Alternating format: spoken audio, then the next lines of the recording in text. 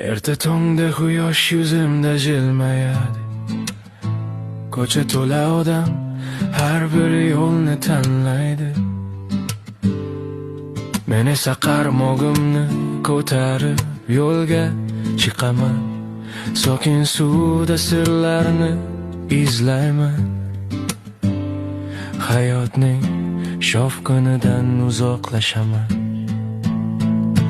Baliq ovlash bu anti-stress, miya dam oladi, yurak xursand bas.